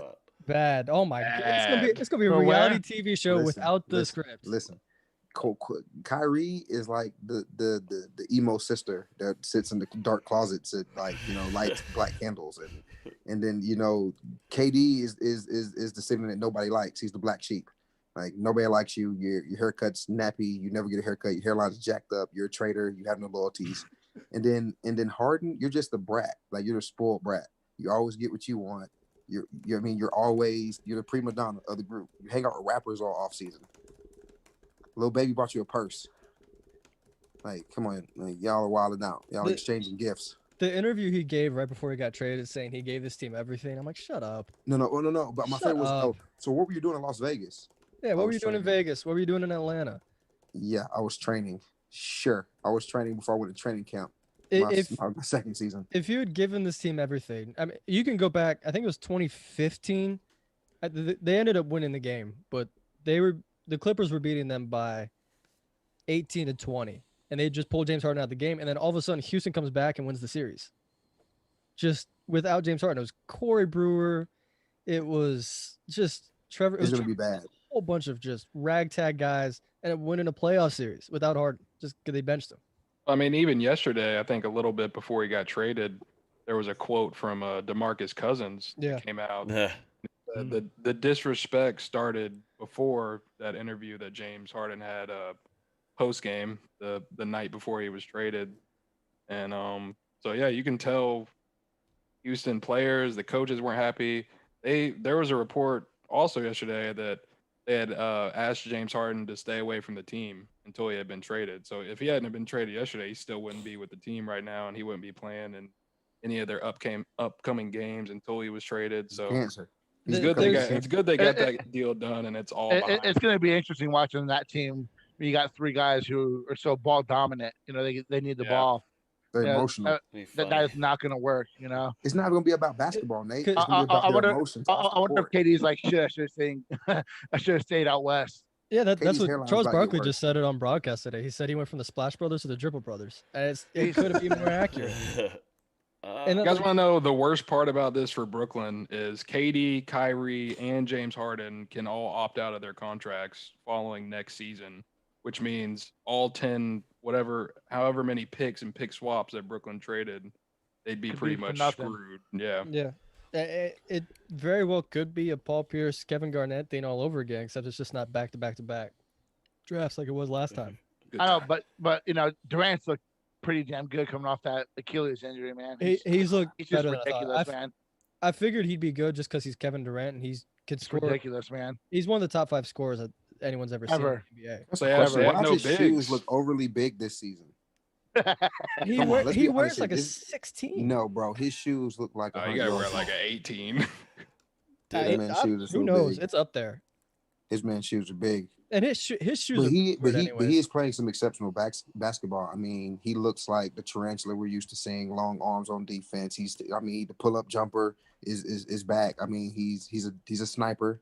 I mean, he looks like Kevin Durant. He doesn't look as quick, and you can tell sometimes when he's coming down the landing and jumping, he's extra delicate. I mean, delicate. You can watch it. I mean, so it's exciting to see him back. I'm happy he's back, but that locker room is cancerous. It's Like horrible. it's cancerous because so Kyrie bad. is a head case. Well, whenever we make our NBA podcast, Austin will be the head of it. Dustin will be on it, and I think Los now is getting into it more. You know what? I think Logan's jealous because he don't know nothing about football. He just knows Steph football. Curry. He knows his football. Steph Curry is my father, and Big Ben. Wow. I'll say one more thing about the Harden thing. Everyone, like a couple people were comparing it to the LeBron, Wade, and Bosh thing, but those guys had skill sets that just they meshed so That's well. Stupid. Mm-hmm. Yeah, their skill sets just meshed so well because LeBron and Wade were such willing passers. Hmm. Harden may be a quote unquote willing passer so he can get his stats up, but when it comes down to it, he wants to ISO 1-on-1, take a guy off the dribble. That's what he wants to do. They were selfish. Well, and all selfless. three of them want to do. They're selfish. They're selfless. Like Wade, Bosh, and LeBron were selfless. Like they didn't care about themselves. They wanted to win. LeBron was chasing that championship. Wade wanted. That's to why they took cheaper contracts. They all Yeah. took a few money. They took a few million off a max contract. These idiots are gonna go up there and end up in a shack. Like they're gonna end up in a mental institute dealing with each other. There's gonna be a fight in about 4 weeks. It I'm is. calling it now. It is. Hope so. It is. It's I gonna be hope an so. issue. That'd be the most entertaining thing that I've heard. You don't think the fact that Harden and Durant playing together People before, are gonna. How do we go? Bro, to do you that know was how the Harden 44 left? Harden that was a- Harden left so he can go do isolation. He can be the no, isolation. listen, king. I let's- agree. I think I think that's this is going to an be an off absolute shit show. podcast conversation. I'm cutting this It- part. When he was originally traded, he was fine coming off the You're bench. in ending the Oklahoma podcast City. now because you don't know what to talk about, Logan. No, You're I'm ready to take your hungry. ball and I'm go hungry. home. We're Huh? losing viewers. I already order. I gotta order go. my My food wife's mad now, at me. so when we're I gotta done, go. Y'all, I Harden gotta was go. fine coming off the bench. And I gotta- okay, Well, we're talking NFL Love you guys. playoffs. Hold up. We're talking NFL playoffs. Hold Yeah. up. Devontae Adams. Devontae Adams versus Jalen Ramsey. I don't care about Devontae Adams. Damn it. Whoa. People are all saying Devontae Adams. Carlos is gone during the NFL playoffs. God damn it. Ah! I need to eat food. I'm talking about Kevin Durant and fat ass James Harden. God dang it.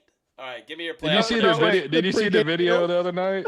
Pregame He meal. definitely had a pregame meal. I was like, wow. I've seen them all. Top 3 live clip I've ever seen. I've That seen was them so all. funny.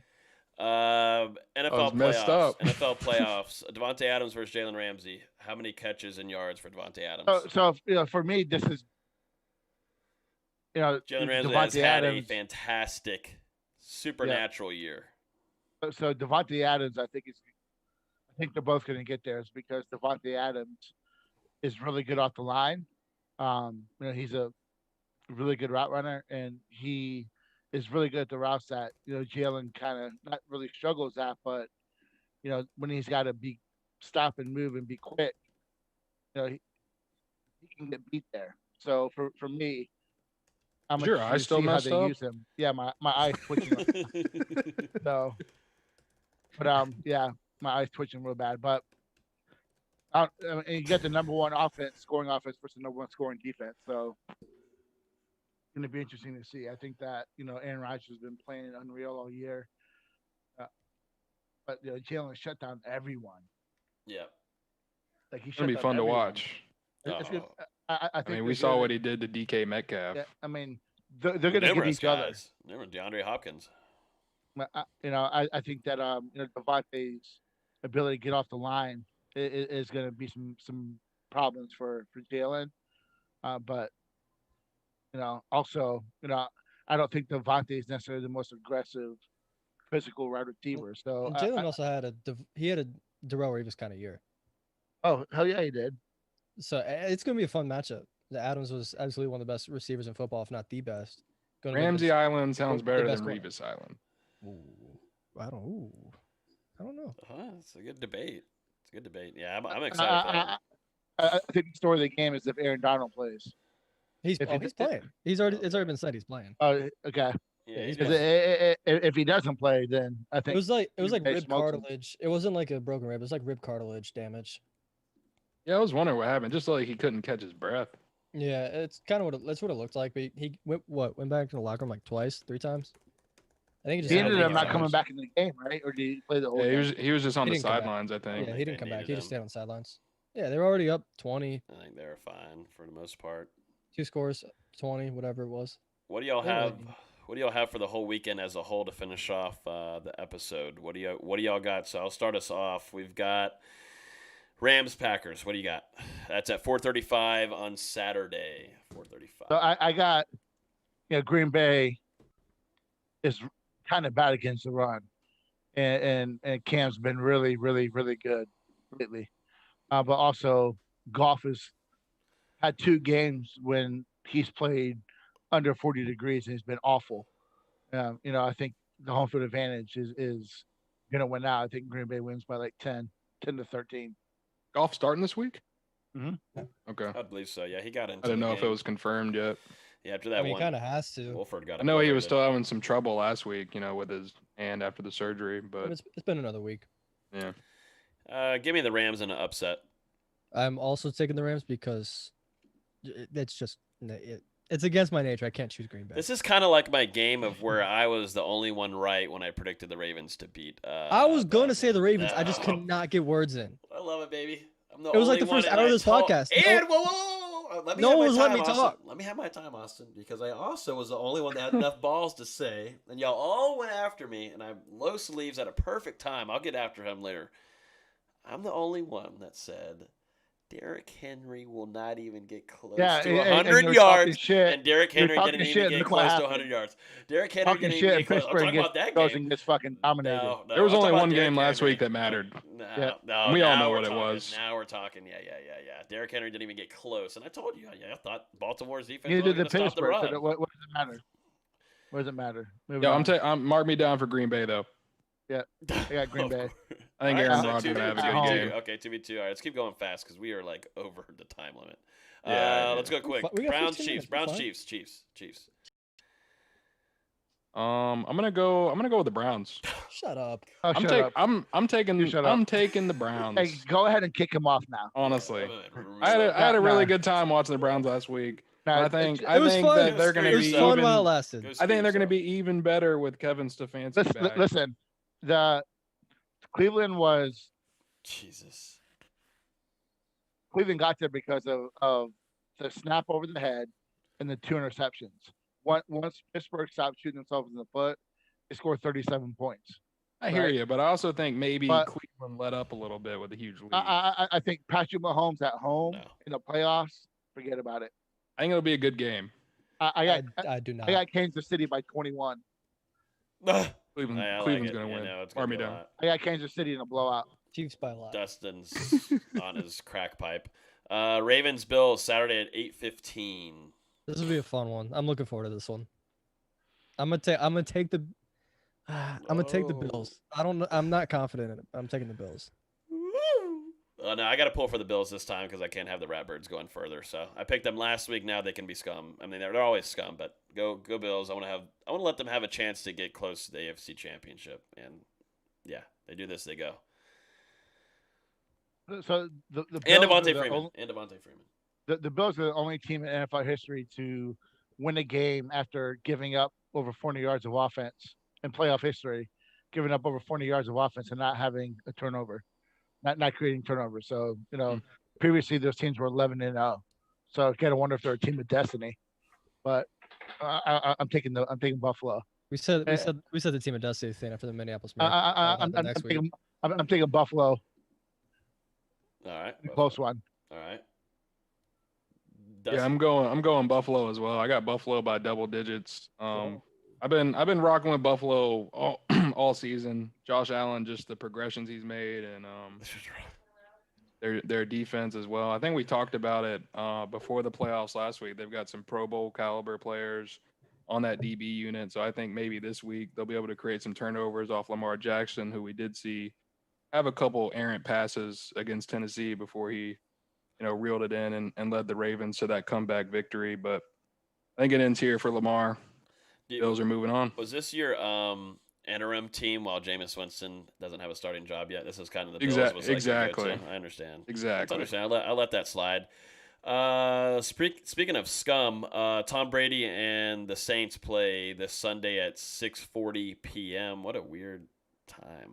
I'm gonna be so angry at the whole game. Yeah, both of them. I mean, Sean Payton's blocked me on Twitter, so I hate him already.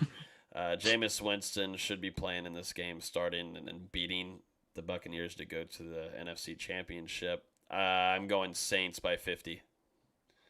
Oh my God. Oh. I'm taking Tampa. I'm not happy about it. I'm taking Tampa by 10. Okay. Payne pissed me off enough this season, but That's I mean, what come on. I hate the Saints. Oh I hate them. I hate them God. more than I hate the Bears, and that's saying something. I got the Saints in the shootout. Nah, won't be a shootout. I don't think This is Breeze's my arm game can make where it. Nate, I don't think Breeze's arm can make it for 4 quarters in a shootout. And I got Drew Brees going out in the third quarter and Jameis leading them to the win. I would like that. If that happens, I'll be so happy. But they'll put in Taysom Hill's dead corpse before Jameis. So. Yeah, no. But this is gonna be the game, Nate, where I'm always right, and I'm gonna tell you just like I did with the Ravens game last week. This is where the Saints are gonna rout the Buccaneers. It'll be a rout, and it'll be guaranteed. I'll get a tattoo of a dog on my finger if that's not a rout. By rout, it's got to be at least 2 touchdowns. I disagree. I think that the Saints haven't really looked good since Drew Brees came back from his injury. You can tell that he's definitely still hurt, not even close to 100%. I mean, he's looked dreadful. He's hanging and on. on the other end, You also might be on the other end, Tom Brady has been Botox. great, and they've got a ton of good receivers. I mean, Mike Evans, Godwin, that guy from Pittsburgh, Logan. So I just think it's a team that is hot right now versus a team that has kind of dwindled a little bit over the last couple weeks. I'm gonna take Tampa Bay by 2 touchdowns. Oh, there it is. Okay, well the picks are I in. hate Where's the Tampa game? Bay. Where's the game at? New New Orleans. Orleans. New Orleans. If the fans Okay. were there, it'd be definitely route central. If but the fans were there, I would take New Orleans. Same. I can't believe you're going to you have a few followers from New Orleans, Austin. I can't believe you're going. I against- I got a lot of followers from New Yeah, Orleans. there's a few ladies. but There's I a few don't- ladies that listen to this podcast too from New Orleans, and you're going against them like that. Tom Brady is a twat, and I hope he gets his ass kicked. So. And that's how we should end off this podcast because I 100% agree with Nate. I 100% agree. But yeah, we have been going. This is going to be a 2-hour podcast, I guess, since we don't do instant reactions after football games. So you get 2 hours in 1 week. So this is it right here. We definitely appreciate. We saw tons and tons of listens last week, and for looking at the numbers right now, I think it's going to be another big one. But definitely appreciate you guys listening. We're on YouTube, by the way. You can see our faces live when we do this every night at Thursday around 8 to 8:30. If you really want that in your life. If you really want to see our faces, I don't know if you want to see our faces or not. Carlos did call Nate a chicken nugget before the podcast. I feel like that should be mentioned. Yeah, that was at the very beginning. We might put that as the opening monologue for the beginning. But make sure you guys hit the subscribe button on whatever platform you're listening to. Spotify, Google Play, definitely iTunes. Leave us a rating on iTunes if you want to. We definitely appreciate it. Try to work our tail off and keep these guys on here for 2 hours and try to stay alive. I've not had dinner yet, so everybody feel bad for me. All right, everybody feel bad for me. Since you didn't have a mask on, no one's allowed to feel bad for you. Oh God, yeah, I'm going through my beat down. Before we go, since he's not here to defend himself, since let's call me chicken nugget, I was gonna ask him who had the quickest body transformation, him or James Harden. Oh.